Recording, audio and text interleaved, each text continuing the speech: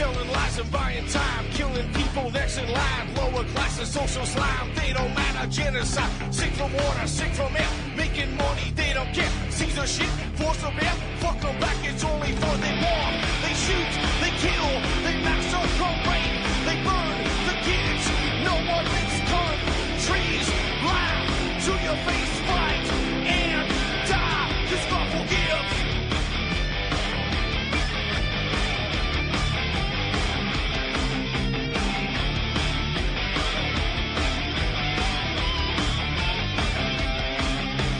Selling lies and buying time, killing people next in line. Lower class and social side, they don't matter. Genocide, sick from water, sick from air. Making money, they don't care. See their shit, force of air. Fuck them back, that's only fair. They bomb, they shoot, they kill, they massacre, rape. They burn the kids, no one makes countries. Lie to your face, fight and die, cause God forgives. Yeah. Coming back around again.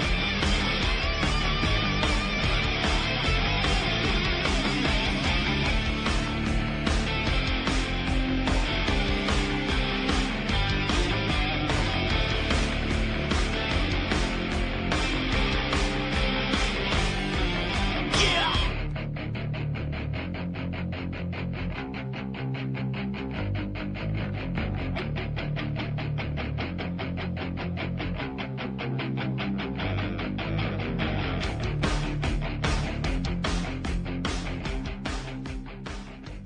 Welcome to the show. I'm your host, Ron Stevens. This is Rock the Boat right here on UCY.tv, and it is Tuesday. Tuesday what? Tuesday sometime in February. Tuesday the 14th. Oh, it's Happy Valentine's Day today. Well, Happy Valentine's, everybody. Well, that's excellent. What?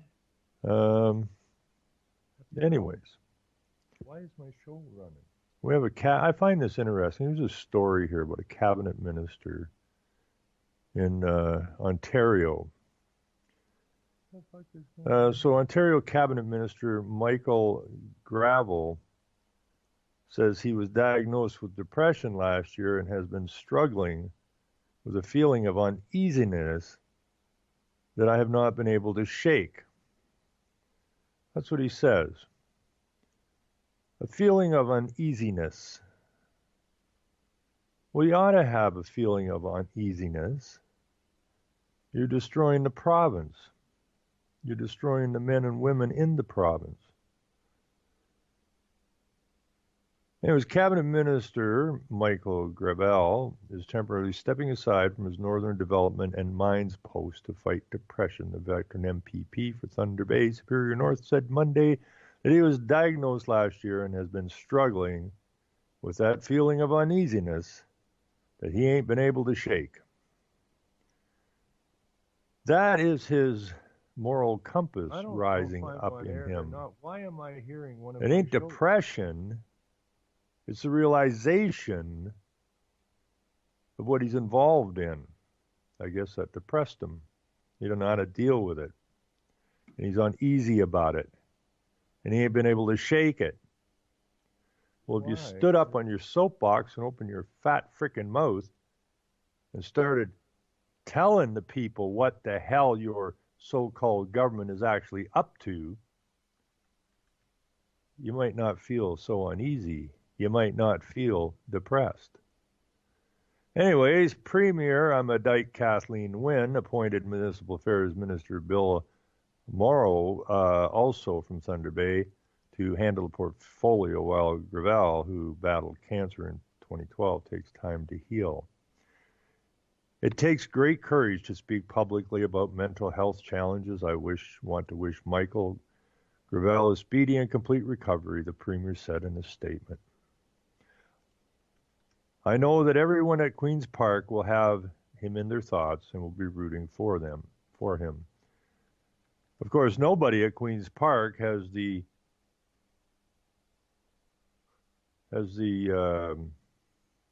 better interest of the men and women and children who call this godforsaken place, home. I put that in. Gravel began his career at the legislature in the 1880s as a liberal political staffer and is well regarded by members of all parties who said it's important to talk openly about mental health to reduce stigmas around it. I've been grappling with this disease privately, he wrote in a statement, noting he's stepping aside on the advice of his doctors. It has become clear to me that it will take some time and effort, treatment and understanding to properly address this illness. I'm live now? Hot damn. Thank you, my friend. I couldn't listen to me that long. So, thank you. I don't know what happened there. That really threw me. I was running around looking for, I thought maybe something was playing. I thought I had a YouTube open or something. But it was just a little glitch there. So that's fantastic. Thank you, Julie. I appreciate it. And we'll do the show now. Anyways, welcome to the show. I'm your host, Ron Stevens. This is Rocky Boat right here on my favorite little network on the internet, UCY.TV. And if you do listen to UCY.TV,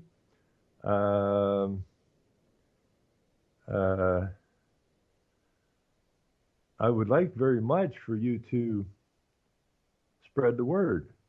You know, stick UCY.TV or someone you're listening to from UCY.TV, be it me or someone else, then stick it on your Facebook, stick it on your blog. Let's get some connections out here.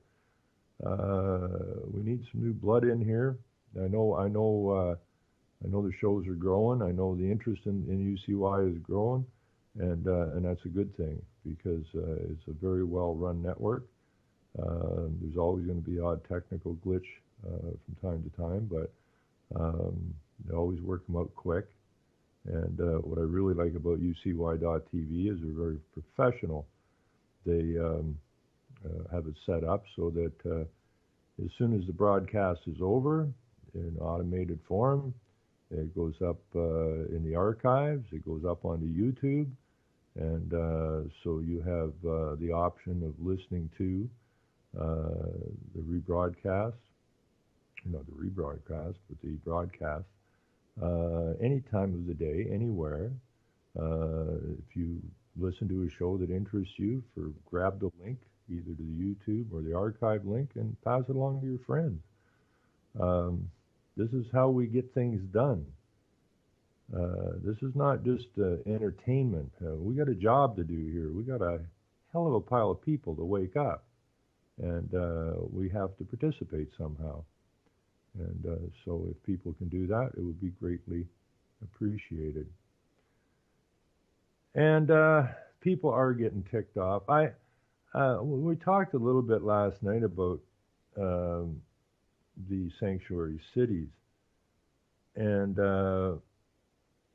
this is kind of interesting here. This is off of Wikipedia, but I have another link here that we're going to stick in the chat. But this one particular part is interesting. Sanctuary cities, not to be confused with cities of refuge. In the United States and Canada, sanctuary city is a loosely defined term for a city that welcomes illegal refugees and immigrants. Again, you can't be an immigrant unless you come through the front door. Okay, so they always mess with the language. It welcomes illegal refugees. They're not even refugees, okay? Anybody can walk through the door. But they're definitely not immigrants. They're illegal aliens. They ain't supposed to be here. But it's loosely defined for a term for a city that welcomes illegals, lawbreakers, which makes the city a lawbreaker. And the council who passed whatever motion they passed to thumb their nose at federal immigration law is nothing more than a band of criminals. And if you do live in a sanctuary city, then you, the population, the people, the men and women who built the city, have every right to go into that council chamber and arrest. Everyone has the right of arrest. Everyone does. Everyone in a country who is a so-called citizen of the country has the right of arrest. That's the law. Now, you call the police and you tell them that your local council has just broken the law by allowing illegals into your town or city, and that you need to go down, you, the police, need to go down and arrest these clowns because they broke the law. Now, if the police refuse to do their duty, which is uphold the law, supposedly, you have the right, the people have the right to walk into the council chambers or go to their homes and arrest them. That's a fact. And we need to step up to the plate here. Anyways, the designation has no precise legal meaning, but generally applies to cities that do not use municipal funds or resources to enforce national immigration laws. Now, what they should be doing is picking up the phone. At the first sight of an illegal in your town or city should prompt a phone call to the feds, to the immigration department, saying, we have illegals here, come get them. Because the municipal, every city and town is a municipality, are not enforcing national immigration laws. They have a duty to phone immigration to say, hey, we got people here that ain't supposed to be here. You want to come and deal with them?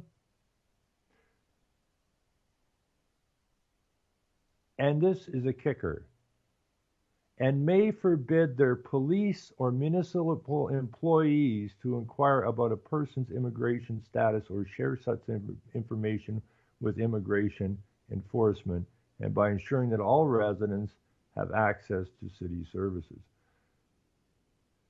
I don't know what it's like in the United States or anywhere else, but here in Canada, and in Ontario in particular where I live, and may forbid their police or municipal employees to inquire about a person's immigration status. Now, I've talked to the Attorney General's office on numerous occasions, and I also talked to what's that called? Corrections and Safety, of which the police in Ontario are under that ministry. Now, when I talk to that ministry, they tell me that while the police are under that ministry cannot tell police what to do. Okay? And according to law in Ontario, at least, nobody can tell the police what to do. No one can influence the police. The police's job is to go out and investigate crimes. And nobody has the authority, not the minister, not the premier, not the attorney general, nobody. The police are an arm's length corporate body who are legislated specifically to investigate crime, and nobody, not a judge, not the attorney general, not the head of the ministry, has the authority to influence or tell the police what they can and can't do.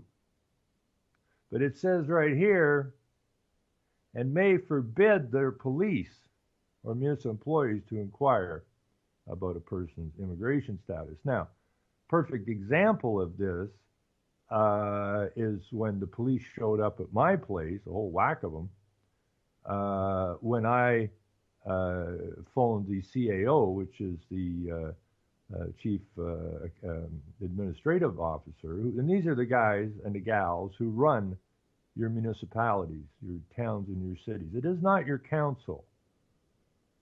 Okay, it's the CAOs or the city managers. They run by those two names. Those are the ones that are in charge. The council is just a bunch of freaking puppets. The CAOs and the city managers are specifically trained. We have the documents. They're specifically trained to implement the United Nations globalist corporate agendas without telling you what they're doing. And they're not even elected. They're the ones that set the council agendas. They're the ones who influence the council vote. The council, for most parts, are just a bunch of freaking airheads. And they're brought there specifically for that purpose. But the CEO and the city managers are the facilitators of the agendas. Now, when I called my CAO, or the town CAO, inquiring, trying to get something verified or qualified, to make my decision whether it was worth my time to go up to the city hall to discuss something with the council,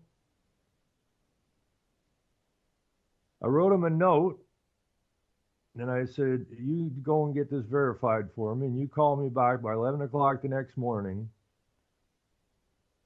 so I can make a decision whether or not I'm going to show up at a council meeting.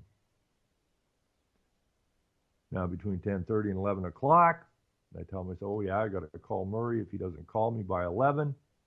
And I look out the window, and here I got a whole gaggle of OPP, Ontario Provincial Police, walking up the sidewalk, who agreed that they were there under completely false pretenses. When I went to the police station the next day and talked to the sergeant, he agreed that it was the CAO and probably the mayor that were involved in this. Now, the OPP should not have answered the call because this is a directive from the CAO to the police telling them what to do, knowing full well that what they were doing was completely outside the law. It was completely against the law.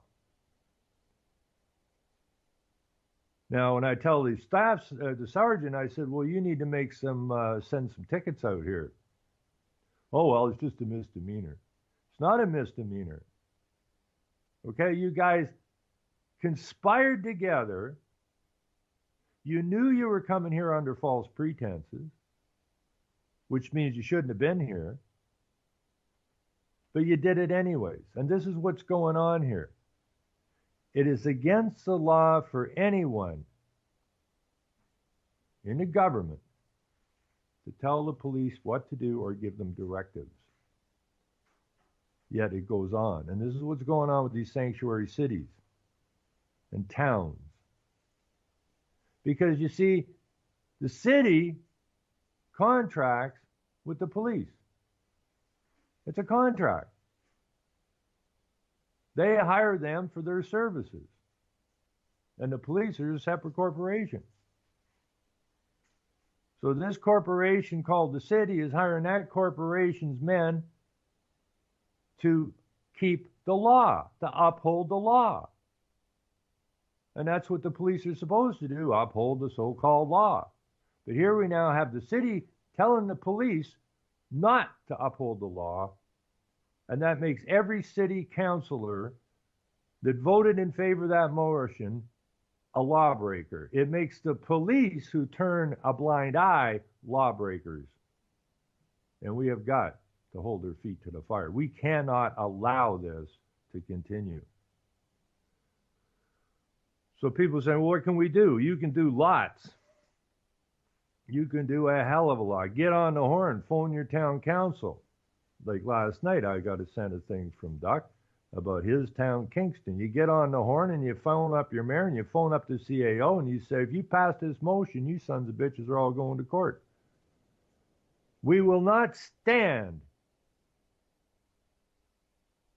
for you opening the doors to illegal aliens to wander into our communities, of which we're going to be on the hook for all the expenses. You'll take no accountability for any damage they do or any harm they cause people. Then you do not have the authority to pass this motion or even discuss this motion. that you would wish to pass to open the doors to our communities, the communities that we built, to foreign illegals? And if you do pass the motion, you're going to court, because here's the rules, and you're busting every rule in the book. You can't just sit back and go on. I see this all the time on my Facebook. It makes me just want to puke. Well, we're screwed now, aren't we? Well, there's not much we can do about it, is there? They're going to destroy our country, aren't they? That goes back to Brzezinski, doesn't it? Take 2.5, 3 generations to take these people and turn them into frickin' silly putty. Where there's no capacity any longer to even think. And then we can do what we want with them. And that's exactly what's going on now. And it's been going on for decades. I mean, way back in the 70s, I tried to explain to people that this country is nothing more than a benevolent dictatorship. And they're going to soften you up. And then they're going to turn on you. And you're not going to know how to deal with it. And this is becoming very, very apparent. But I'm also a firm believer that you can only back somebody so far up against the wall before they're going to push back. And that's why I know that we're going to win this. And we're going to take our nation back. And we're going to dump this so-called government that we have, which was given to us. Not the best present we ever got, I'll tell you that. And we're going to reconstruct this into a real government, not a party system government. Party, according to etymology, which is the root of the word, means simply to divide. Democracy, with the root demotech, means simply to divide the commoners. So that we fight right, left, right, left, right, left, right, left, right, left. Change them out, change them out. But we're going on the same track. We're going in the same destination. And if you understand the destination, you don't want to get there. So this idea of throwing your hands up in the air and saying, oh, nothing we can do about it. We're screwed. What kind of people will not defend their own home? It's sickening. It really, truly is. Me, I'll be running as mayor in the 2018 election here. I'm going to start my campaign fairly shortly. And I do intend to be mayor. And I do intend to make some serious changes. And we're going to start putting this back together. It's a good thing they're tearing it down, really, because, you know, there's that old song, you know, Bob Dylan, Masters of War, I think it's called, where they build to destroy. And that's exactly what they do. That's what they've done throughout history, is they build and then destroy.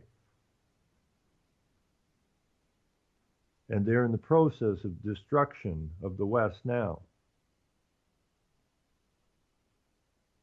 And they want to try and build their utopian world, which doesn't and won't ever exist. But this is our opportunity, finally, to destroy those who are trying to destroy us.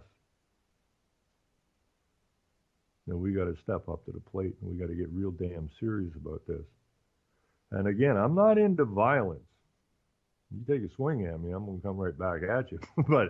but I'm not into violence because, again, that's what they want. They want us to get violent so they can put the boot on us, so they can take out anybody that they see as a threat to them, which are those who can still think. So we have to do it a little more intelligently than that, and I do believe that me and Duck fight about this all the time. I don't know why, but I mean, look at Kingston.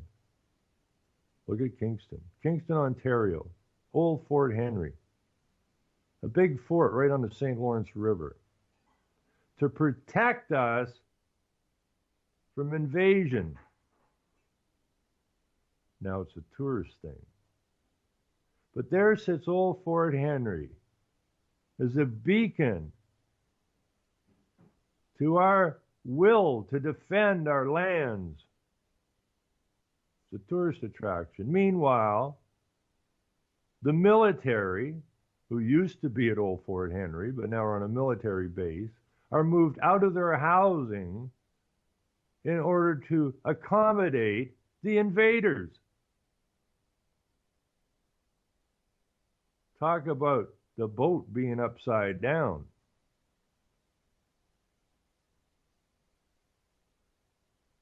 This is actually going to be an easier fight than a lot of people think it is. They've stretched themselves so far out that I don't believe they have the capacity to continue this with. They can continue it without resistance, but they can't win it if we resist. And so far, there's been no resistance. We've given them free run over us. Then that has to stop.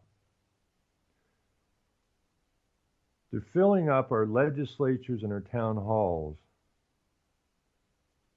with immigrants.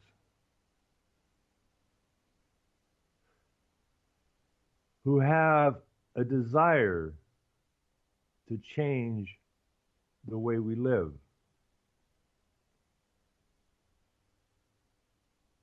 To accommodate them, not us.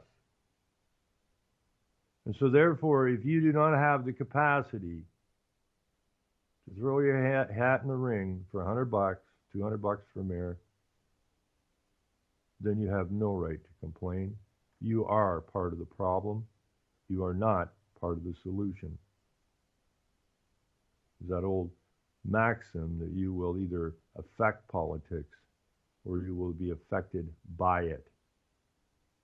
And we have been so negatively affected by it that you would think it would be very simple to get people to stand up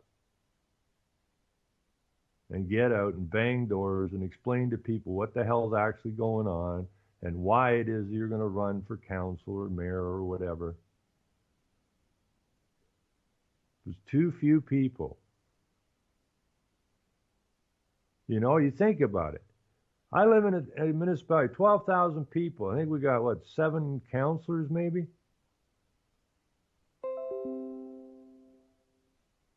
Out of 12,000 people. And those 7 people run our lives and are destroying our lives. Now, how in the hell can it be so damn difficult to get a few people to throw $100 down and start banging the doors with the real message and take control of these councils? Then and only then can we begin to make the change that's necessary without violence erupting. So we need to get our act together, people. Now, this sanctuary city nonsense, I ran into this just before airtime, and I don't know what this is. I haven't had a chance to look at it. It's called the Center for Immigration Studies. And this here is a map of America. And there's a report here on how to end sanctuary cities. I might take a look at that. But it has some graphs and stuff on here, and it has little balloons on the map, which tells you red being a city, yellow being a county, green being a state, and the purple is removed from the list. So some of these sanctuary cities, and there's a gutload of them here. I'm amazed by the number of these things in the United States. And I see 1, 2, 3, 4, 5, I think, maybe 6 in here that have been rescinded. But these are law-breaking communities. And California, it has the states. The states who are saying have claimed themselves to be absolute, the entire state is a sanctuary. Is California, no surprise there, Connecticut, New Mexico, and Colorado. Cities and counties, in Arizona we have South Tucson, California, in addition to all counties, okay? All counties are sanctuaries, but these particular cities are the sanctuary towns and cities. Santa Ana is new. Santa Cruz County, well, that's no surprise there. Sonoma County, no surprise there. So I'm going to stick this in the chat. Colorado, Connecticut, Florida, Georgia, Illinois, Iowa. If you live in any of these states, you got to get your act together. Kentucky, Louisiana, Maine, Maryland, Massachusetts, Minnesota, Nebraska, Nevada, New Jersey, New Mexico, New York, North Dakota, Oregon. Now Oregon is amazing. That I thought that California would have the longest list. I mean, all counties in California are considered sanctuary counties now, as is the state a sanctuary state. But the number of towns and cities in here is, I don't know, I get 1, 2, 3, 4, 5, 6, 7, 8, 9, 10, 11, 12, 13, 14, 15, 16, 17, about 20 towns and cities in California. But again, every county and the entire state of California has declared itself as a sanctuary for illegals. But I am really surprised with Oregon. They have a longer list in Oregon than, I guess not, because that's all left wing out there on the West Coast too, right? They have a much longer list than California. Pennsylvania, Rhode Island, Vermont, I guess that's probably every, Washington, again on the West Coast. Washington, D.C. is a sanctuary. Isn't Washington, D.C. where the federal government hangs out? Washington, D.C. is a sanctuary for illegals. Got a problem here? I think so. I think it's a huge problem. I don't think, I know. Okay, so let's go through this real quick, see if there's anything in here. Tackling sanctuaries, this is December 2016, so it's fairly recent. This report examines the justifications given by sanctuary jurisdictions for their policy and finds them to be largely unfounded. Of course they're largely unfounded. They're completely unfounded because if you don't come through the front door, you ain't welcome. That's pretty basic and that's pretty simple. Cooperation with immigration enforcement has not been shown to undermine community trust nor cause immigrants to refrain from reporting crimes.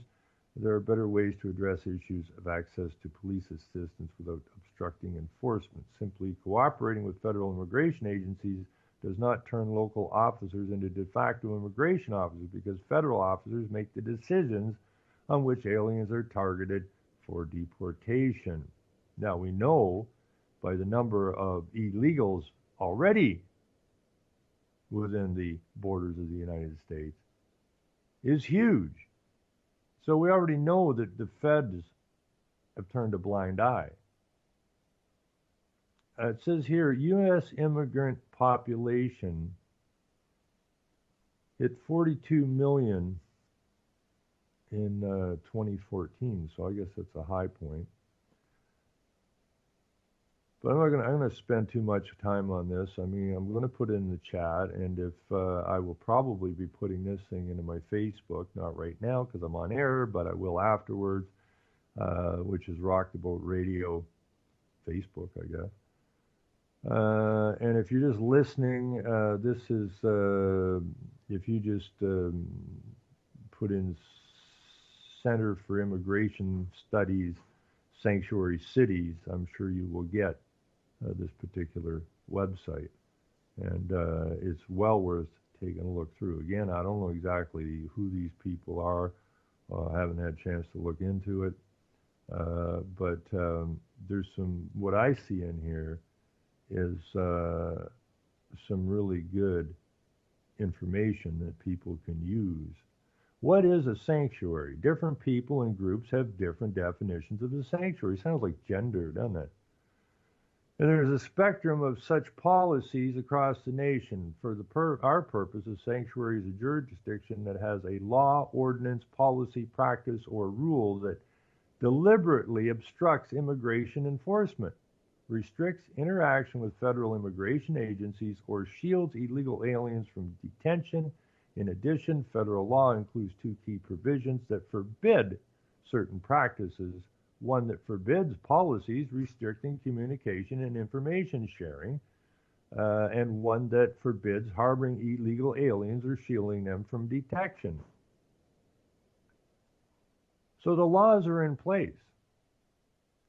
A federal, state, or local government entity or official may not prohibit or in any way restrict any government entity or official from sending to or receiving from federal immigration authorities information regarding the citizenship or immigration status, lawful or unlawful, of any individual. It's pretty plain. So every single city, town, county council, and state legislature who is thumbing their nose at the federal immigration laws, even though the feds are themselves thumbing their noses at it, is guilty of breach of trust. Because when you hired these people, they took an oath, and they supposedly are there to serve you. And this sanctuary city is by definition a breach of trust, and a breach of trust by definition is treason.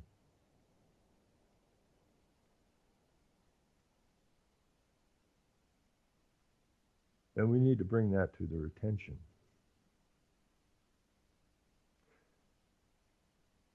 When a council, a city, a county, or a state breaks the rules in this fashion, then they have no authority to rule.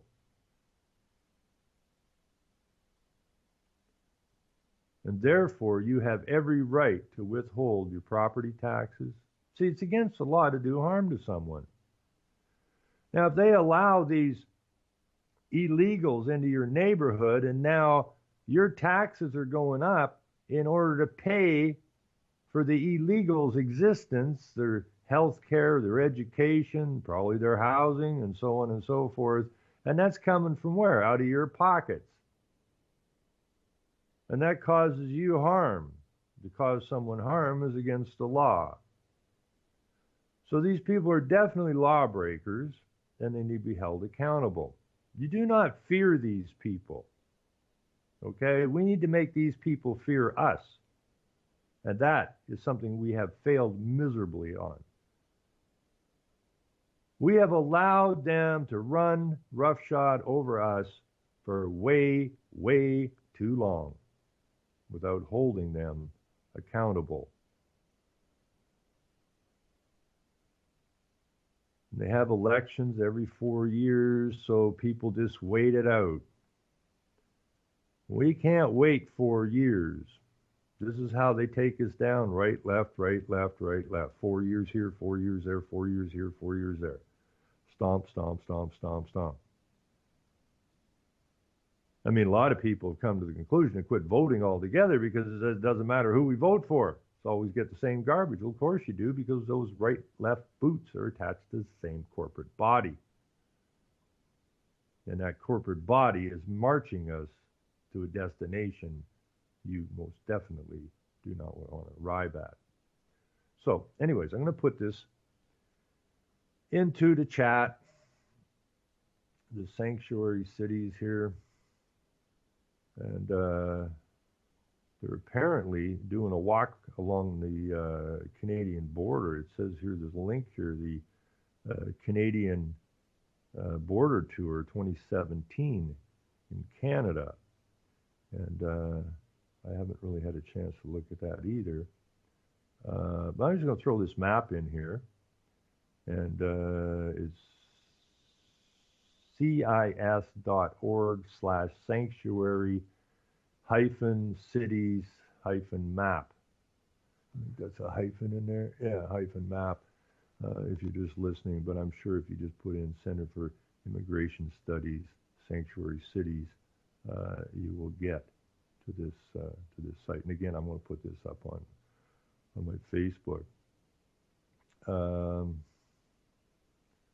we'll put this into the chat and see how badly your nation is being undermined by those who are supposed to be protecting it. These are complete globalist, internationalist turncoats who need to be brought to trial. In the old days, if they tried to do something like that, the gallows would have got fired up real quick. But now we're more civilized, they say, at least. And this is where we find ourselves at. Anyways, let's see what we got here. The call-in number here is 718-717-8296. 718-717-8296. So if anybody wants to get in on this conversation about sanctuary cities or whatever else is on your mind, I don't really care, because there's so much going on here that the subject matter is getting really wide. But the sanctuary city thing is completely over the top. When we have all of these, this is what they always do. They always use the just like, right? In that thing I read last night from Kingston, it's about, well, we look at the United States and they've got lots of sanctuary cities, so we should do it too. As your mother used to say to you, well, if your friend jumps off a cliff, are you going to follow him? Like, are you an idiot? Well, apparently we are idiots because we allow this to continue. And we believe somehow that because they're the council, we can't do anything about it. It's ridiculous. It's absolutely ridiculous. Your benevolent government has softened you up to the point where you don't know how to deal with what they're doing to you now. And that's exactly what was their plan. And that's why I keep saying, welcome to World War III, a spiritual, psychological war. And we need to strengthen our minds and our spines and our spirits. And then we need to stomp these guys out. Because if we won't stand to protect our nation against those who are trying to take it down, then do we really deserve a nation? If we're just going to wander around aimlessly, going, well, I don't know, it's all weird now. They got people so screwed up with media and movies and TV shows and that people really don't seem to have a handle on reality anymore. TV shows and movies seem more real to these people than reality does. And that's pretty spooky. So we need to work and help those who don't know and don't understand.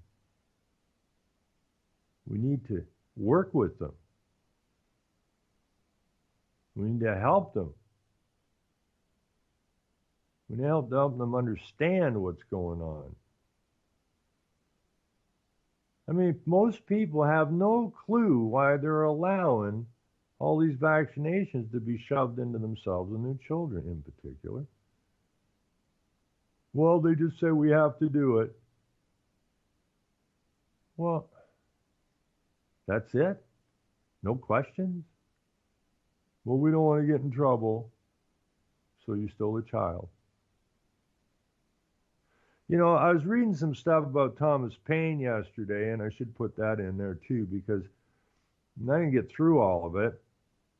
And I've never really studied the formation of the American Constitution and government that deeply. I have studied some of the founding fathers a little bit, and some of it seems a little odd, to say the least.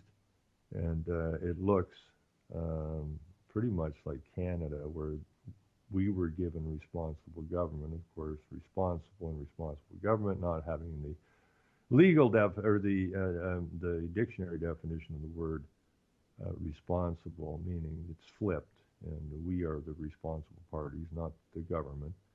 And it pretty much seems the same in the United States. I think the people in the United States were hoodwinked. You know, we gave you a republic, if you can hang on to it. You know, who gave the people of America a republic? Just like who gave us responsible government? It most definitely wasn't the people that created these things. It wasn't the men and women. It was a few people sat down and drew up some documents. The one thing I do like about Thomas Paine, which I believe is still, I hope it's still on my blog, is, if this will come up. Come along. Where is that? I hope it's still here.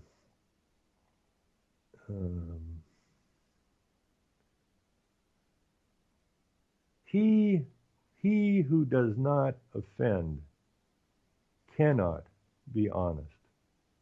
Thomas Paine. And I love that. I am honest, and I offend like a bugger. You know. And they've come at me and come at me and come at me, but I'm also quite confident that truth will overcome. But you must offend in order to be honest. I mean, I phone the government, I'm offending these people all the time. I ask them a simple question, a direct question, which they don't want to answer, and more times than not, I'll get the one on the other end of the phone. Well, I'm not feeling very comfortable about this. I'm feeling quite offended, and if you continue this line of questioning, I think I'll have to hang up. You got to get on them. You got to let them know that you know and we know, and we ain't gonna put up with it. You know, truth is the enemy of the state. It's that simple. Joseph Goebbels said it quite well. If you tell a lie big enough and keep repeating it, people will eventually come to believe it. The lie, however, can only be maintained for such time as the state can shield the people from the political, economic, and or military consequences of the lie. It thus becomes vitally important for the state to use all of its resources and powers to repress dissent. For the truth is the mortal enemy of the lie. And thus, by extension, the truth is the greatest enemy of the state. It's brilliant. Hits it right on the head. Hits the nail right on the head. Right? You know, that's it. That's why I don't promote violence. Because I know what they want. But I also know the power of the truth. I also know that propaganda, like any other product, and propaganda is a product, only has a shelf life of so long. Everything has a best before date. And they're getting desperate now. And they're trying to pull out all the stops now.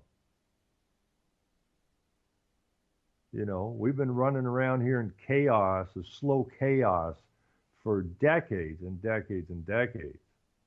And it's like now they put the blender on high speed, and the chaos is coming from everywhere. And it's to overwhelm you with chaos so that you can't focus. You feel helpless. Well, you're not helpless. You have the capacity to read. You have the capacity to research. You have the capacity to comprehend. You have the capacity to understand the truth versus the lie. So you don't have to arm yourself with AK-47s. You just simply need to arm yourself with the truth.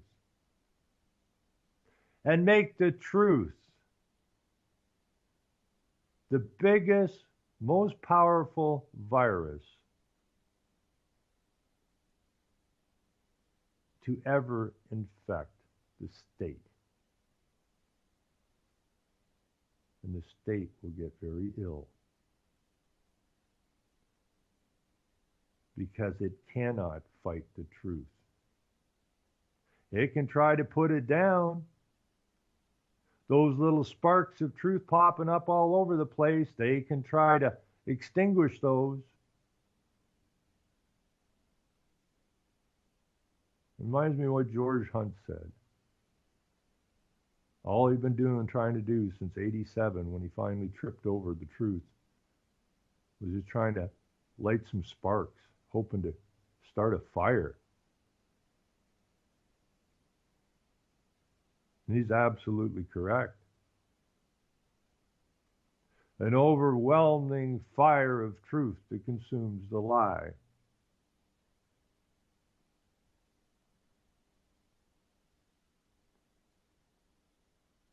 And then we can rectify all of these problems.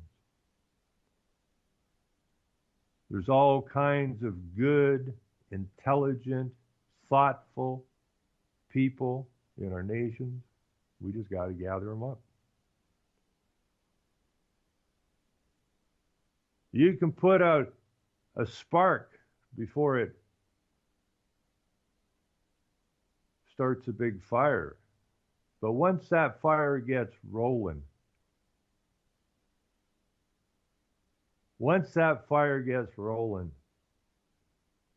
you got to get out of the way. And that's what we need. We need a wall of truth, which is the fire, to consume the liars, the deceivers, the treasonous dogs that have got a hold of our nations. But that means that we have to take responsibility. And I think that's the Achilles heel for most people. They don't want to take responsibility. They want someone else to fix the problem for them. You know, it reminds me of the guy. It took me a year and a half to talk him into running in the 2010 election. Now, he cared about his family because he moved them out of the city. He didn't want to bring up his children in the city. And then when he moved up into rural Ontario, bought himself an acreage, and no sooner got the ink signed and found out that he was going to be surrounded by windmills. And that was his irritation. Now, a little spark in him, but he couldn't get the fire going. They used a little tough love on him. He gave me every excuse in the book why he couldn't run. He was new to the area, didn't understand municipal politics, never thought about doing it. He had every excuse in the world. Bitching and complaining constantly about how he's being run over, but somebody else needs to fix his problem for him. Now to use a little tough love on that boy and just tell him that, you know, you sit down with your children and you tell the children that daddy understands the problem, but daddy ain't got no spine. Daddy's too weak to stand up and protect his children. Daddy wants someone else to do it. They got very angry with me, which is fine. But it did convince him to run. At least he got to thinking. And the amazing part of it is that when he started, we got some brochures put together. They printed them. They went out on the street, scared to death. Scared to death to walk up to people he didn't know. Hi, how are you? My name is such and such, and I'm running for local council. I'm sure he had some sleepless nights getting himself geared up for that. But he called me and he says, this is amazing. I go, what? He said, these people want me to win. Bingo. Why? Because they're looking for somebody else to do it for them. Because those people who have been there forever understand the problem, but they can't bring themselves to take responsibility for it. They can't bring themselves to be the responsible party that's going to change things. They're always looking for somebody else. That's that hero nonsense. There are no heroes. There is you. So stop waiting for somebody else to fix the problem in your neck of the woods. You're it. If you've got any capacity whatsoever to understand the problem, then you have the capacity to fix the problem. Because unfortunately, too many don't have the capacity to even have a clue what the hell's going on. Now, you can't wait for them to fix the problem, can you? So you have a duty. And I mean this when I say it. You got a duty to your forefathers. You got a duty to your families and your children and those not yet born to put this right.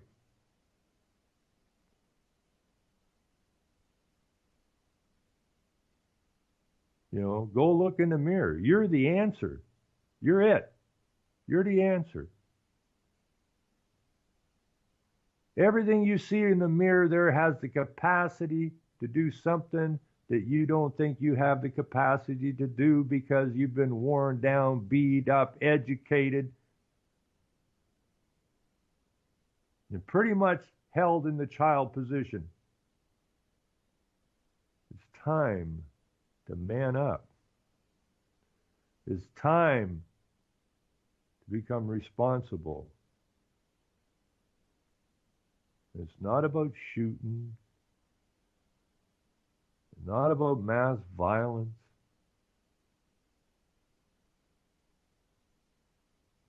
You have the capacity. I have no doubt about it.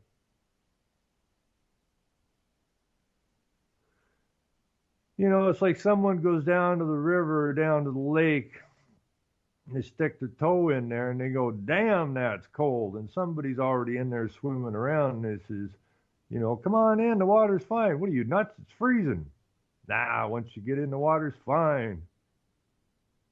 You ease yourself on in there or just suck it up and dive in. You get that initial shock. You get up and look around, floating around in the water, sunshine, and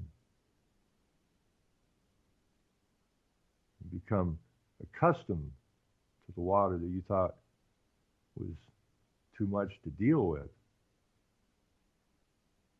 Once you're in, the water's fine. Just like Steve with his fears and that, and his not wanting to, even though he was complaining about what was going on, he didn't want to jump in. When he called me and he'd been out on the street talking to people and giving them the brochures, his whole attitude changed because he got in the water. And he found out the water was much more accommodating than he could have ever thought when he was just sitting at the edge with his toe in there, not wanting to jump in. And that's all it takes, people.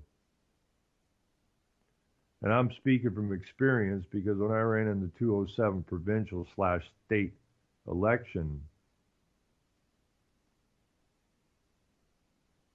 the last thing I wanted to do was run in an election.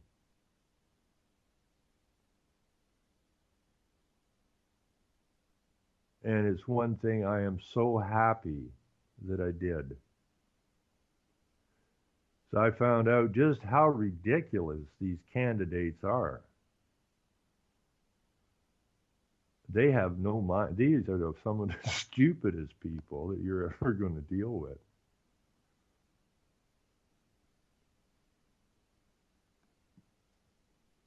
They're just little minions that have been picked and vetted to puke off the agendas, the little sound bites. They have no capacity for any discussion. It's so easy to run over them, it's ridiculous. Now, I didn't run because I wanted to be in politics. I ran because they'd run me out of the media in an attempt to shut me up. They don't like the truth. So it seemed like the only option I had left to go out and talk to people and get back on the very media that they banned me from. Because when you run in an election, you get airtime. You get an ear.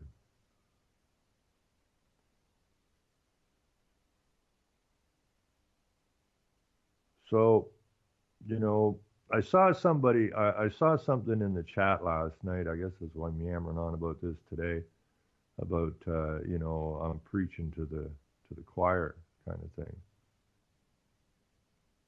Well, you know, if I'm just telling you things you already know, then we need to step it up a bit. And if you can't bring yourselves to stand up and throw your $100 down and get out and start talking to your neighbors and stuff, then I'm really not preaching to the choir, because this choir isn't ready for prime time yet. If you do not have the capacity to do something other than listen to radio shows, then you might as well click it off and go home. Because you ain't going to get nothing accomplished. You're just waiting for other people to accomplish it for you, which won't happen. If you believe in your family, you believe in your nation, and you listening to radio shows all the time, believe that you're well informed and you understand the problems, then you're going to need to step up to the plate and be part of the solution. And if you can't do that, then you might as well go get a beer, grab a stick and a penknife, and whittle something. Because you're of no use to anybody. This is a war. This is about protecting your nation. This is about taking your nation back. This is about getting the broom and sweeping all these evil SOBs the hell out of power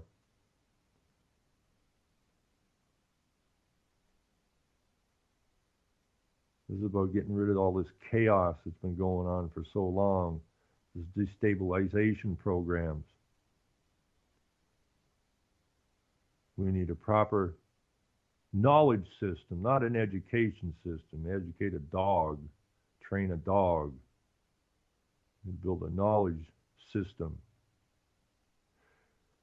that was taken away, because if you look at the so-called system of education back before the state got a hold of it, the people seemed to be better writers, better thinkers than they are today. They have a better handle on history than the people do today. So we got to get back to getting some real usable knowledge into the heads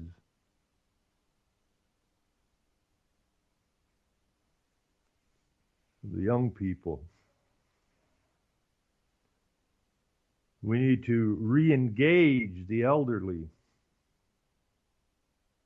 I would put up with our elderly who worked all their lives and raised their families, who now today find themselves in greater numbers having to decide on whether to pay the rent or eat or get their meds. Why would we allow our elders to be put into a position like that? Simple. We don't care. We don't care.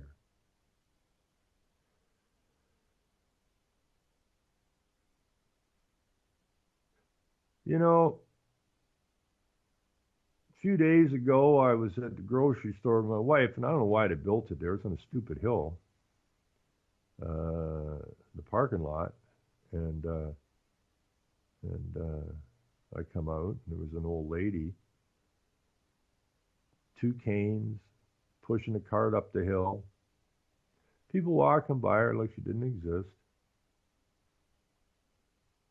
I just simply went over and told her I'd moved the cart for her, and it's one of them things you got to put the cart in now, because they can't even hire kids anymore to gather up the carts and bring them back. So you have to go across the parking lot, put your groceries in yourself. They don't pack the groceries anymore. They do nothing, and then you got to run the cart back up and plug it back in, and then it pukes out your $1 for the use of the cart. So if you don't bring the cart back, you don't get your $1. And we're easily trained, I think. But anyways, you know, I see this old lady, and I go, what the hell? I said, go over and get her cart, and I said, just hang here, and I'll go get your $1. And he said, oh, no, you don't have to bring it back. No, just hang there, just over there. You know, so I went and did that for her and took her $1 back, wished her a good day. And I'm walking back to the car, and the guy sticks his head out, and he said, that was a really nice thing you did. I said, what? He said, old lady. I said, well, nothing about nice. It's more like a duty. He said, well, very few people would have done anything like that. And I said, well, there's the problem, isn't it? There's the frickin' problem. People have this ability to just look away.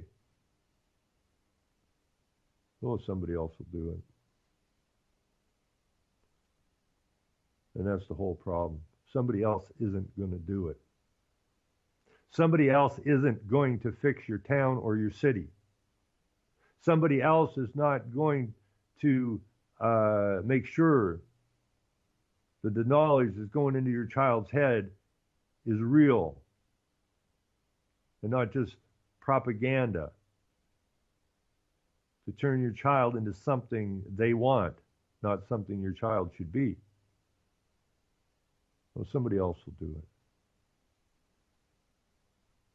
Somebody else is not going to do it. So man up.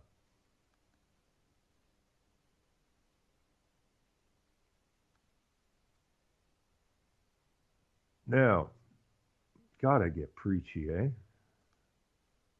But that's just the way it is, you know. I know what's wrong. I know how to fix it.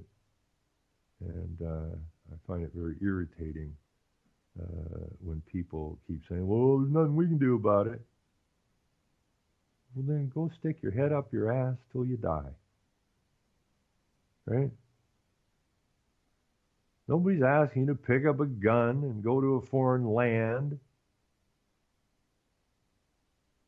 Pick up a piece of paper and throw $100 on the table. Woo. Geez, that's got to be tough.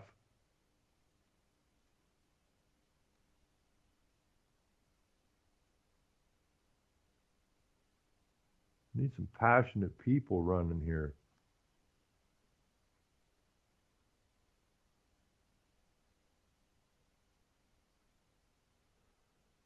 Anyways, what are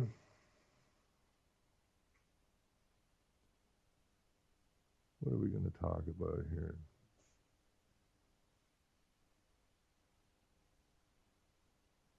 Whose news is fake? Now, I love this. The fake news thing. I'm going to take a quick boo at this. If this is a news headline or something, I'm going to take a quick boo at this. And see what it coughs up here. Now we're trying to qualify what is and what isn't fake news. This is from the Los Angeles Times, which is a sanctuary city. So let's see what we got here. Whose news is fake is the question. Here's the latest in Trump's war with the press. Every president since 1981 has attended the annual White House Correspondents Association dinner. That year, President Reagan missed out, the reason he needed to recover after a would-be assassin fired a bullet into his chest a few weeks earlier. But on Saturday, President Trump announced he will not be attending the annual dinner in April, long considered the premier social event of the Washington Press Corps, and typically an evening of good-natured bantering between presidents and the Fourth Estate. Trump's announcement added to the ratcheting tensions between his administration and the media almost daily in speeches on Twitter. He calls particular news outlets fake, disgusting, or dishonest. The news organizations have responded by digging in, standing united, and devoting more resources to covering a president who has branded the press the enemy. On Friday, the White House barred reporters from several major news organizations, including the Los Angeles Times, the New York Times, CNN, Politico, from attending an off-camera press briefing. The banned reporters stayed behind in the White House press room, and the image was striking. A few huddled reporters staring at smartphones in mostly empty room. Nothing like this has ever happened at the White House in our long history of covering multiple administrations of different parties. Dean Baquet, executive director, editor of the New York Times, said in a statement. Editor-in-chief and publisher of the New York Times said the public has a right to know, and that means being informed by a variety of news sources, not just those filtered by the White House press office in hopes of getting friendly coverage. Regardless of access, the Times will continue to report on Trump's administration without fear or favor. White House Press Secretary Sean Spicer, who held the off-camera briefing, has said he wants to be transparent and have a good relationship with the press. In December, while speaking on a panel in Washington, Spicer said open access for the media is what makes a democracy versus a dictatorship. Now remember, the Founding Fathers gave the people what? A republic. But here we have, I was press secretary,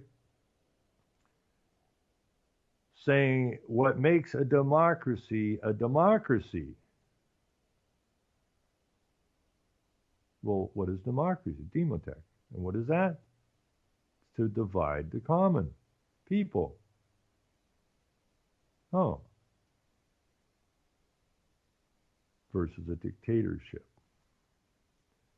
The action from the White House on Friday came hours after Trump once again castigated the media as the enemy of the people, this time while speaking before supporters at the Conservative Political Action Conference in Maryland. I want you all to know that we are fighting the fake news. It's fake, phony, fake, he said. Trump's public complaints about the media have been bolstered by his aides. At CPAC, Stephen Bannon, Trump's senior aide, who once oversaw the conservative-leaning Breitbart News, which was invited to Friday's briefing, framed the administration's battle with the press as an ideological war. He consistently called the media the opposition party throughout a panel discussion at the conference. They're a corporatist, globalist media that are adamantly opposed to an economic nationalist agenda like Donald Trump has, he said. Every day is going to be a fight. Is Trump's message getting through? In some ways, yes. An Emerson College poll released this month found that 49% of voters believe the Trump administration is truthful, compared to 48% who do not. By contrast, 53% of voters find the news media untruthful, compared to 39% who find the media truthful. The poll was split along party lines, of course, because divide and conquer is the whole idea of democracy and the party system. Especially when looking at the media, 91% of Republicans believe the news media is untruthful, and 69% of Democrats believe the press is honest. Depends what message you're running with. As the president faces, among other things, questions about his aides and associates making repeated contact with senior Russian officials during the 2016 campaign, the hashtag #NotTheEnemy has gone viral on Twitter. It is regularly used to highlight journalists who have lost their lives while reporting and to remind the administration that the press should not be viewed as an adversary. For Trump, barring news organizations that he perceives as unfair is nothing new. Last year, his campaign refused to issue press credentials to some media outlets for his events. Watching the back and forth between Trump and the press are the American people. In recent weeks, Saturday Night Live has poked fun at Spicer, with Melissa McCarthy playing him in spoofs of press briefings. A Gallup poll released this month allowed 36% of Americans to think the media may have been too tough on Trump, while 31% think the treatment has been about right, and 28% say the press has not been tough enough. Now, I don't know who these polls are out to, right? Because in my own estimation, from my experience, is that probably not likely more than about 10% of the men and women should actually be allowed to vote. Because I used to go to the polls and I'd ask people, about the issues. And not more than 10% of the people I ever spoke to about, you're voting how because of what issues. Nobody seemed to know any issues. Nobody seemed to have a clue why they were even at the polls, except they were told to go to the polls and vote. And ignorance, my friends, is dangerous. It's not bliss at all. It's dangerous. So you have these people voting. They have no clue what the issues are. They have no basic clue about politics whatsoever, but there they are voting. Now, they may have read something in the press, or they may have watched the press on the TV, and, something of this propaganda nonsense, this fake news, gets their attention, or they went to coffee with a friend, and the friend says, I listened about Obama, and he seems that even though he's black, I never believed I'd vote for a black guy, but, he seems to have the world behind him. And so would you like some more cream in your coffee, Ethel? I think I'm going to have to vote for Obama. Now, Ethel goes, well, that's okay, because I don't really follow politics, but if you're going to vote Obama, maybe I will too. I know he's black, but, they say it's time for the first black president. Okay, let's do it. Most people shouldn't have a vote. There should there should be some kind of a test that you take before you can vote. Because most voters are completely ignorant. They know nothing about politics. They know nothing about what's going on in their nation. They know nothing about what's going on internationally. They know nothing about the structure of the United Nations and those bandits. Yet they vote. Now, my good buddy Duck is going to call in here, and he's going to tell me he's reconsidered running an election, and decided to do it. Yeah, we still got time. Working at it. How you doing, buddy? Hey, How's it going? you're trying to tell somebody like me I don't know what's going on and Oh, I didn't say staying up that. with current events. I didn't say that. You're not listening. Telling you that people need to stand up. It's not about knowing something. It's what the sad part is the people that do know something. The people that do understand don't want to stand up and run for their local councils. That really disturbs the hell out of me. What? Yeah, well, I know what's important because I've been taught this.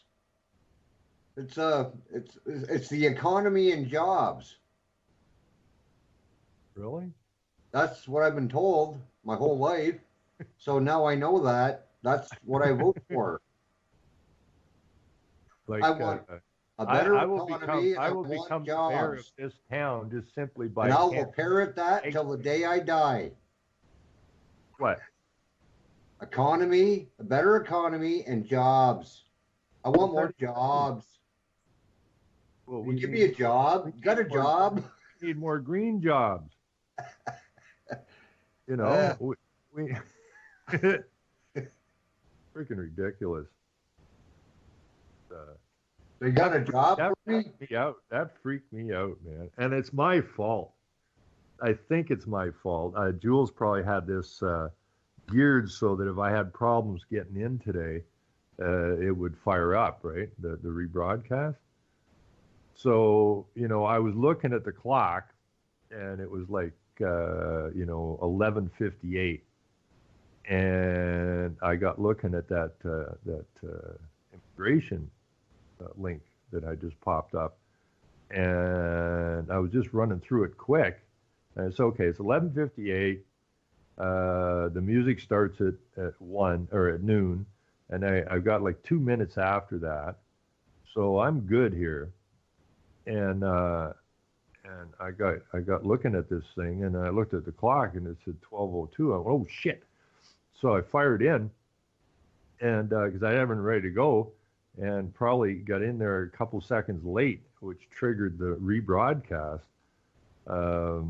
which I didn't know was there, and that really spooked the hell out of me. But I want to thank Jewel for getting us sorted out here. And apologize for my 12-second tardiness getting in. Yeah, I'm thinking, where's this noise coming from? What the hell's going on here? I like the way you were suggesting you didn't want to hear more of yourself. Well, no, I mean, my poor wife, who I love so dearly, sits through these shows and just I don't know if she's gonna poke me in the eye with a stick herself one of these days, right? I get carried away a little bit sometimes, and I get loud, but it doesn't come across too loud over on the show because it's got the the volume balancer running, and so she says, "Would you quit your yelling and screaming?" I said, "I'm not." She said, "You're you're yelling." I said, "Yeah, but I think it gets me up, right?" But it doesn't come out that loud on the show. So You know, I really got to take my hat off to my sweetheart. She knows we have been pounded on, man. People knew how hard we've been pounded on. It's ridiculous. But, you know, we just try to stay as even as possible. And each one of these things that they fire at us, as they try to stomp out the dissent, try to keep a lid on the lie. You know, they're all learning processes, right? Each time that some of this thing happens, it's okay. Well, what I learned that time. Okay, thank you. So I don't mind it at all. I just find it part of the process that one has to go through. I know a lot of people, when they see the cops in their yard, they go out yelling and screaming and carrying on and end up tasered or worse. You know, you got to understand what you're dealing with these clowns. Well, it's easy to get emotional. Well, you gotta. I do it about every 20 seconds. You know, I can get damn emotional. I mean, that last cop that was here, I did give him a poke because I wasn't getting his attention, and he was threatening me.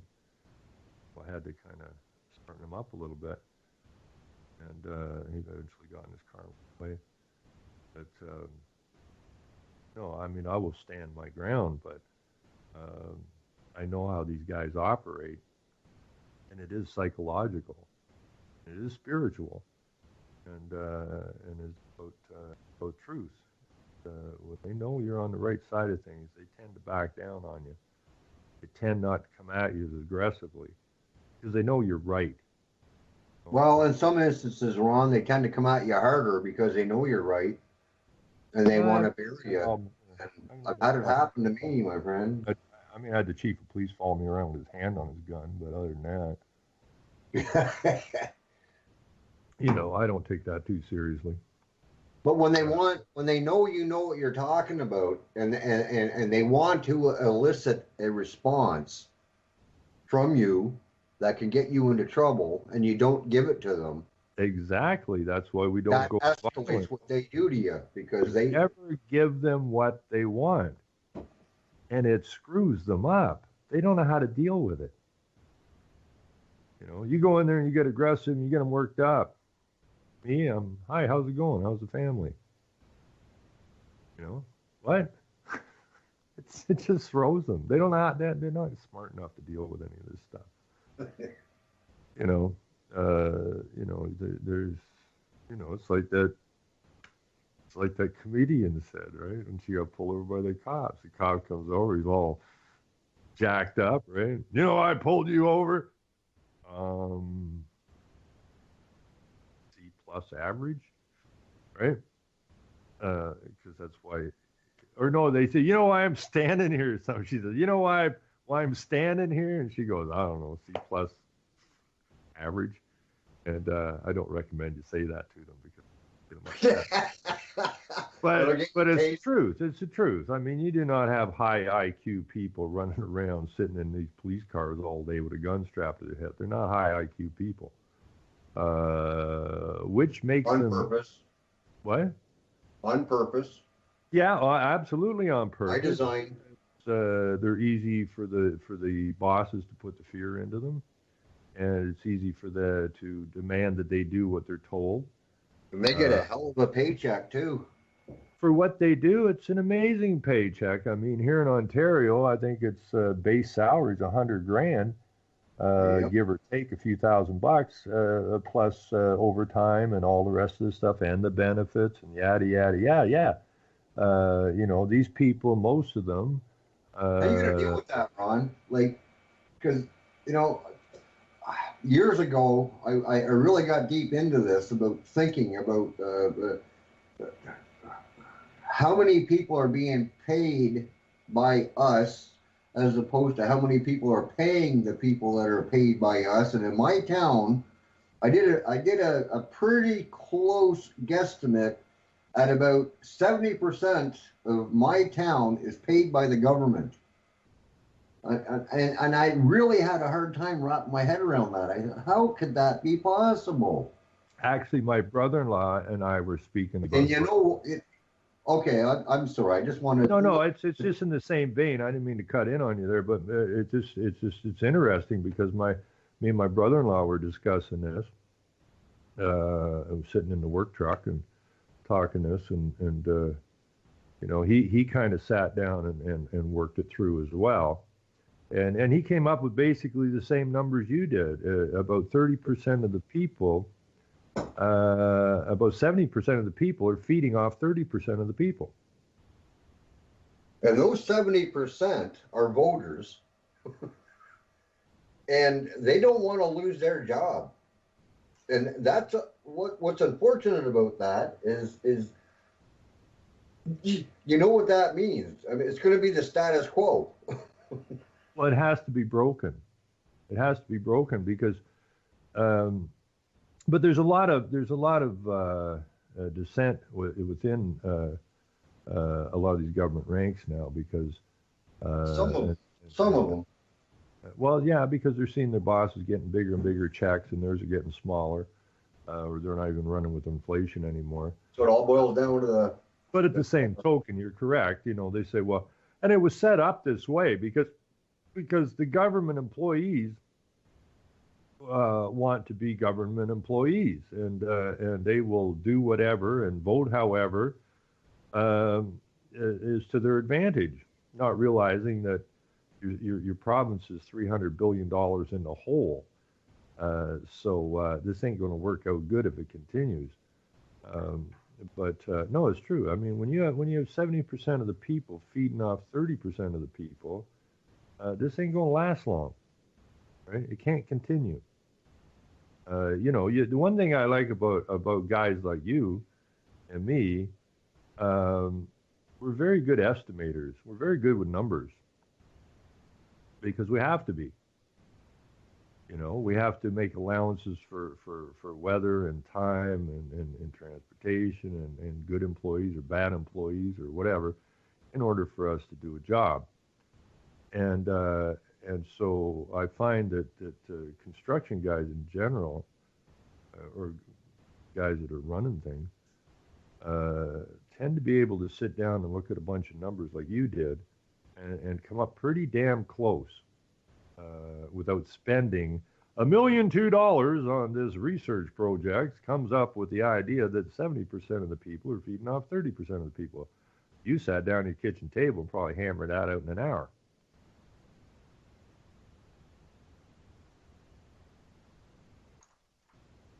You still got you? Yeah, it'd probably take me a couple hours, but yeah. Oh no, but I mean, you didn't need a staff of 200. I know. And a budget of $1.2 million to come up with the same freaking end result. Yeah. Instead, we gotta get another bureaucracy going, and yeah, I get it. It's yeah, but I mean, the bottom line is. Well, it's the bottom line. Bottom's falling out of the bottom. I know. When it all comes to fruition, which I do feel is going to happen soon, these people that are feeding off of men like you and I, and others that are actually producing, and they can't get their free paychecks anymore. Something's got to happen, and this is all done by design. It's all done. It's already been pre-planned, and when the shit hits the fan, it has already been. It's already been written. It's already been planned. It's already been. Yeah, but see, you can make the best plans. And you can do everything you think you need to do to get to that goal line. And, just like I love the Edmonton Eskimos. I mean, the Edmonton Eskimos when I used to watch sports, the Edmonton Eskimos, I loved that team. Well, I lived in Edmonton at the time too. But this was a team that could be so far in the hole coming down the straight in the fourth quarter. And people will say, these guys are done this time, and I would put money on the table and they'd win the game. All the odds were against them, but they had the capacity to pick it up and get it done. So that's basically what I'm saying. We have the capacity to pick it up and get it done, like any team does. It's a matter of the will to do it. Toronto Maple Leafs is a good example of the general population. Go Leafs. They can't get it done, right? They don't have the capacity. They don't have the will. We just got to get the will in us. And I mean, I'm going to become the mayor just because I'm going to cancel the bag tags. That's simple. I will be the mayor just because if you vote me mayor, I will cancel the bag tags instantly. Done. And then you can die a happy man. Well, no, I have a lot of work to do. That wouldn't be. I don't want to die and have my tombstone. This guy canceled the bag tags. I don't want. It's got to be better than that. Jeez. People want to. There's that guy that canceled bag tags. That was really cool, man. God, can you get rid of that bi-weekly recycling program? Huh? Well, 1 week they take plastic, the other week they take paper. Why don't they just take it all at once? Can you do that too? Because it's about money. And each of these things they do cost you money. Or it costs the municipality money, which needs money to continue to program, which means your taxes goes up, or the services go down. When I become mayor, stop making them register our chickens in our backyard. Huh? Stop making them register chickens in our backyard. Like, I don't want to have to pay registration to own 3 chickens in my backyard. You register the chickens; they ain't your chickens. I know. Have care and control of the chickens. You, as mayor, you will get that fixed, and you'll have that on your tombstone as well. That would be all right. No. I'm not very bureaucratic. I'm not good at that shit, and you're not either, and you can't be. I mean, if you're trying to build something, you get there and you get it done. There's no room for bureaucracy in that. Well, if we become them, then that means we need a paycheck from other guys that produce. That's why guys like you should run for office, because you get all that stuff. You know where to save a buck, right? The government people don't know how to save money. They know how to spend it because they're not accountable for any of it, right? Our bag tags went up here in price because the municipality said that they had a $680,000 deficit at the dump in their budget. Well, wait a minute. If you can't budget the dump, if you're $680,000 short on your budget estimate, then you need to be fired.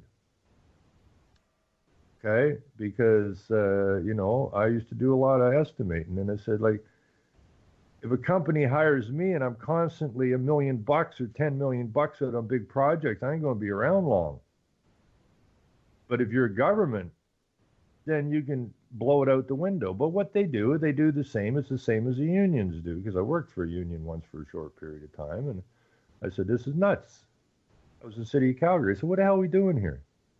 You got twice too much equipment, you got twice too many people, and we're getting half of what we should get done in a day done. And he explained it to me, the union boss explained it to me. He said, well, you don't understand. I said, well, I understand we got way too many guys and way too much equipment and we're going way too slow. Well, yeah, but we got to blow the budget out the window. Why? Well, then we get a bigger budget next year. You won't get the same budget. That's true. That's been going on. Oh, wow. Yeah. So the municipalities make a budget. They come up short. Then they got to make up for the shortfall. So in this case, they raise the price of the bag tags, right?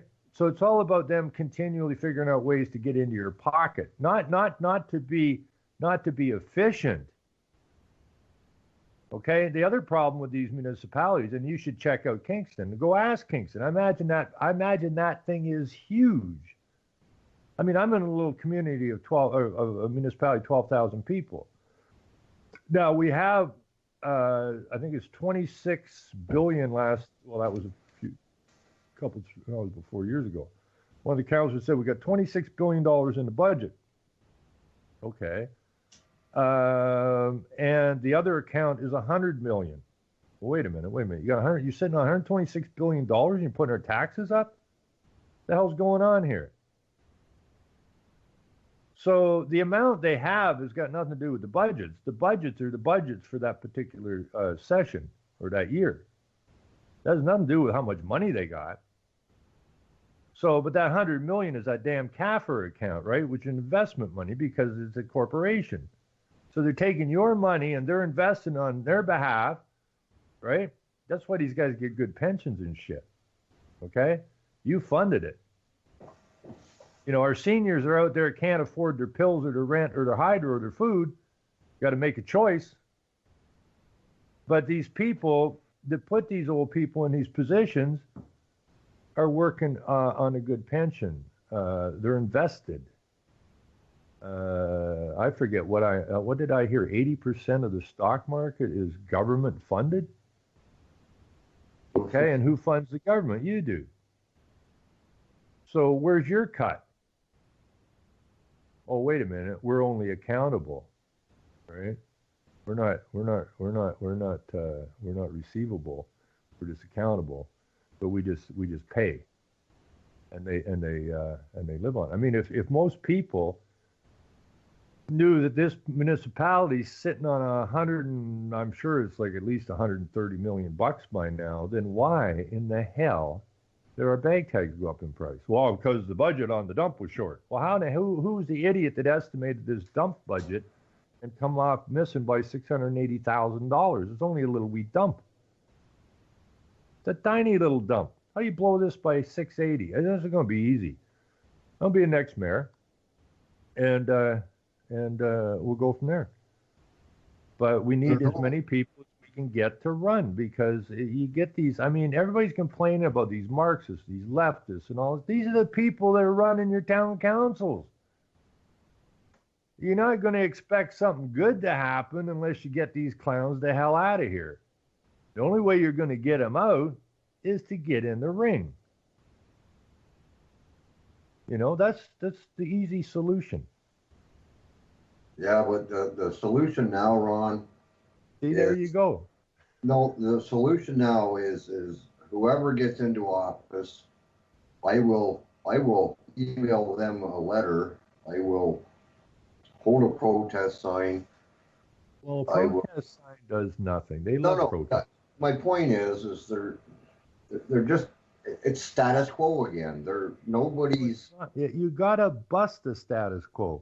I'm mayor. Remember? Hey, Chris, whoa! You remember SCTV? Oh, one of my favorites. Yeah. Okay. When I'm mayor, I will be doing the weekly mayor broadcast. Remember the mayor of Mellonville? Yeah. John Candy dressed in his cardigan? Yeah, John Candy. Yeah, okay. This week at I'm your mayor, and we did get a cat out of the tree. That was interesting, but other than that, everything's fine. Don't forget, I'm your mayor. I'll see you next week. Kind of shit, right? Yeah. I plan on having some fun with this. And I plan on getting some knowledge into people's heads. See, that's the difference between being on the outside and the inside.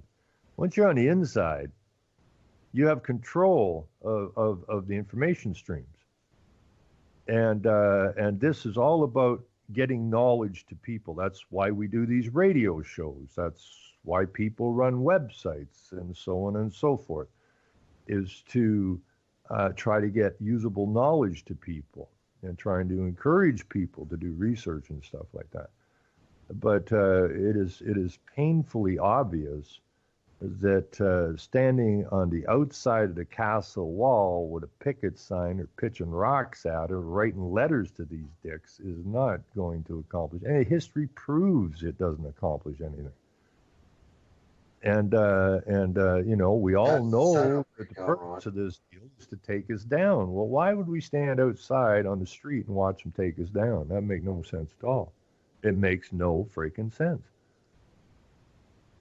That's the setup. I'm going to come down to Kingston between now and 2018, or depending what kind of jobs we get up here, I'll bring you up here. And by the time we're done, you're going to be jacked up and running and having fun with it. It's all about having some fun. Right? It's not. I mean, it's too easy now. It's way too easy now.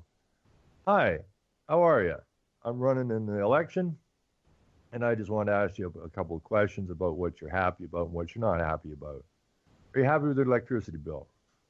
And you're going to get flames coming out of their mouth. Ah! You happy with your water bill? Are you happy with tax increases? Are you happy with the Muslims and the LGBTQ taking over your town? What bothers you and what doesn't bother you, basically, right?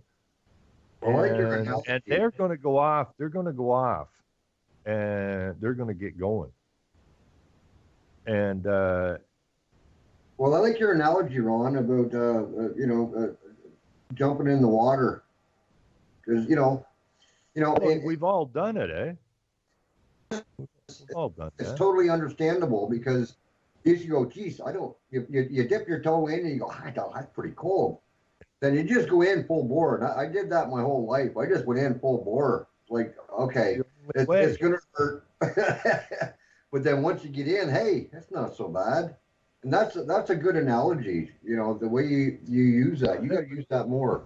It was like Steve, and he was totally fearful. I mean, the guy was an IT guy, so he was intelligent enough, and but it was his fear. It was his fear of the unknown, something that he had no knowledge of, which most people don't. Most people have no knowledge of how anything operates. They just always look to these other people to do it for them. And so he was the guy standing there with his toe in the water. He wanted to do something, but he was so fearful to do it. They made every excuse why he couldn't get in the water. And honest to God, when he called me up, we had some pretty cantankerous conversations. Once he got in the water, he called me up. He was a totally different guy. Totally different. He went from every excuse on the planet and, clawing like a cat. I mean, he just didn't want, no, I ain't doing it. And once he got out on the street talking to people, and he was scared shitless. This is not something he was comfortable with. Hi, I'm Steve, and I'm running for council. Really? That's fantastic. What? That's fantastic. Really? Yeah. Oh. And once he did that a few times, he's on the phone. He says, these people want me to win. Exactly. Because they can't bring themselves to, they still got their toes stuck in the water. They're madder than hell. The toes in the water, and they're scared shitless to go in the water. You got in the water, and now you found out the water's just fine. Although I did tell them they won't let you win. And none of it. Because, but see, this is the difference now. We've come far enough now. That was way back in 2010. And things have changed considerably. The attitude of the general public has changed considerably since then. And we need the people behind us because, when Steve ran and none of us got in, although I had people for years later telling me I won the election. But we had a 3-hour vote count problem here, which had never had in the history of this community. Yeah. And Steve, when I got home, he called and he was just livid. Being an IT guy, and they had an electronic vote, being an IT guy, he understands how computers operate. And when them screens came up, he was on the top. Then they had a technical problem, and the screens went down for a couple of hours. And when they came back up, he was on the bottom. He never moved. And I said, well, I told you that. But the point is that you had the capacity to go out and get some knowledge to people, to get some thought processes going in people. And so when I ran in 2014, I didn't run in 2014. I wasn't allowed to. But when I went out with Sheila, I don't know. But the only reason I wanted Sheila to run, I knew she wouldn't be allowed to win either because of who she was running against. But the same thing happened there. You know, she was ecstatic because after the election, the screens said she won. And the next morning, the numbers were completely reversed. And she found that very devastating. And I said, well, I told you we weren't going to let you win. But this can't continue. So but what I found from 2010 to 2014, the attitude of the people had changed considerably. The people were much more in tune and were watching much more closely. Something's wrong. Well, because they started to get beat up pretty good between 2010 and 2014. They were starting to get beat up pretty bad, and being shoved against the wall. There's still a lot of them that still had their eyes turned, but I found a huge difference between 2010 and 2014. And now 2018 is the year that we can take these elections. We can take them. And we need to, you know how, I don't know if you ever went swimming at a quarry or whatever, right? Where you got a hill, like a cliff kind of thing to dive into the quarry, you know, where you would get 5, 6, 7, 8, 10 friends and you'd all run and go off the edge at the same time, right? It was always a lot of fun. You always trying not to stomp on somebody's head on the way down, but it was fun. It was like a gang splash, and that's exactly what we got to do. We got to get as many people to run as possible to overpower their message. You see, if you're standing there on a soapbox telling the truth, and you're it, and the propaganda is being fired from every other direction against what you're saying, you're going to have a hard time getting people on side, even though you're telling the truth. And that's how they're trying to overpower us with psychology. Well, and it's a propaganda, but it's psychologically founded.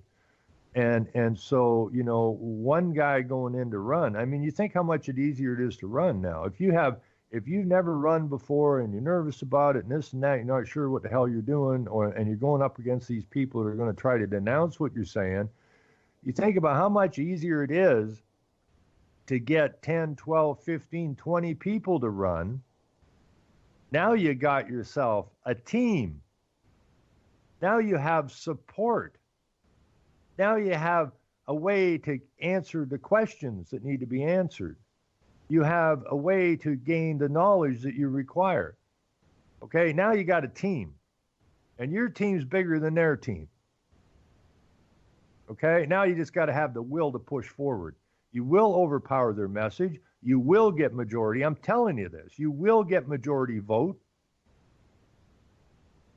And you will have control. And then you can start stomping this nonsense out. You know, Kingston right now, they can pass their motion. And that motion will stick until you take control. Your group, your people take control of that council and get rid of it. Well, here's the kicker to all that, Ron. Oh, kicker. It was a yes or no. Yes, we do, or no, we don't. Let me give you one of the reasons why we can't make that happen. It's just one of the tools that they have in their arsenal. What is that? years ago, it started out with like I'll just use it as an example. My local Whig Standard, they stopped allowing comments because Right. So start a paper. they realized that people were not reading the articles so much as reading the comments. So they got rid of it. Now you got, now you're right up now to national news that they'll give you the stories. Right. They are trying to quash dissent. And exactly. Right. Because truth now, is so you what? got- The and it's enemy of the working. state. So you're knocking door to door. You don't get it. They're looking for information, but it No. totally still brainwashed by what mainstream tells No. Why do you think they took the comments out of the paper? Because people are waking That's up. right. The only way you can get to the people is at the door. Period. I'm The coming to people at the Kingston, door friend. I am coming to comments anymore. Kingston. I am coming to Kingston, and you and I are going to go knock some doors. And I will show you what needs to be done. And then we're going to go get it done. And you're going to have fun doing it. I have I have a very good construction background, but I have a very good marketing background. I spent a long time in I know what the hell I'm talking about. Of course the Jews did it. Now, see, this is road dogging, right? I don't know what this is about, but he said, I bet the Jews did it. See, that's simple. See, that's simple logic. Now, I don't know which Jews did it. I don't know if it was the faith Jews. I don't know if it was the atheist Jews. This kills me because I just found out there's as many different kinds of Jew as there is gender now. And we know where the gender nonsense came from. It came from the Jews. Same place the multiculturalism came from. So, I'm so confused. yeah. Are you a Jew? Depends. What kind of Jew are you looking for, right? I thought Jews were faith-based people. I didn't realize that you could be an atheist and still be a Jew. I didn't realize you could be a humanist and still be a Jew. This blows me away. I'm studying that right now. I'll learn you. Huh? I'll learn you. Anyways, we got about a minute left or so. I want to remind people that Hal behind the woodshed, the guy with the whip there, is going to be on at 3 o'clock, right? And so make sure you turn in for Hal's show. I love the title of his show, Behind the Woodshed, man. Like, that's my attitude now. Straighten up, man, or I'll take you behind the woodshed and whoop you into shape. Is what we've got to try to do. We got to whoop our people into shape. So they just, we need a line in the sand. We need to draw it, and then we need to deal with it. Is about where we're at here now. So, and I want to thank again Jules for having this network. I don't know I love this network, and if there's shows on here that you appreciate or whatever. Or just UCY.TV in general. Flog it out on your Facebooks. Flog it out on your blogs. Flog it out on your websites. Tell your friends and neighbors. We need to build this as quickly and as much as we can. This is a pretty solid little network, and I want to thank Jules for all she does again. And the other guests, or the other hosts. I want to thank everybody that listens. I want to thank the people in the chat. And I really, really want to thank my friend, Duck. We have some really good conversations. We bang heads. Positive. But thank you, guys. Remember, tune in. Selling lies and buying time, killing people next in line. Lower classes, social slime, they don't matter. Genocide, sick from water, sick from air. Making money, they don't care. Caesar shit, force of air. Fuck them back, it's only for they war.